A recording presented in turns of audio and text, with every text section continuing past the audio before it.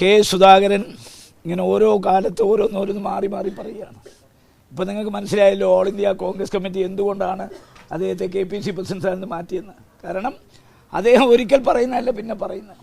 അദ്ദേഹത്തോടൊപ്പം ആലോചിച്ചിട്ടാണ് ഈ തീരുമാനം എടുത്തത് പാർട്ടി. പിന്നീട് അദ്ദേഹം അന്വേഷിച്ചു. എന്തന്വേഷണം? അന്വേഷിക്കാൻ അദ്ദേഹത്തിന് എന്താ അധികാരം? ഇനിയല്ലേ അന്വേഷണം ആരംഭിക്കാൻ പോകുന്നത്. എര നേരിട്ട് മുഖ്യമന്ത്രിയെ പോയി കണ്ടു, പരാതി നേരിട്ട് കൊടുത്തു. ഇനിയാണ് അന്വേഷണം നടക്കുന്നത്. അന്വേഷണത്തിൻ്റെ റിസൾട്ട് എന്തുമാകട്ടെ, whatever it may be, we are least bothered about that. പക്ഷേ we are much concerned about our party. നമ്മുടെ പാർട്ടിക്ക് ഒരു മൂല്യബോധമുണ്ടല്ലോ, ആ മൂല്യബോധം തകർക്കാനും കോൺഗ്രസിൻ്റെ പ്രതിച്ഛായയ്ക്ക് കളങ്കം വരുത്താനും അതുപോലെ തന്നെ കോൺഗ്രസിനെ പൊതുജന മധ്യത്തിൽ പ്രതിക്കൂട്ടിലാക്കാനുമാണ് ഈ ചെറുപ്പക്കാരൻ ശ്രമിച്ചത്.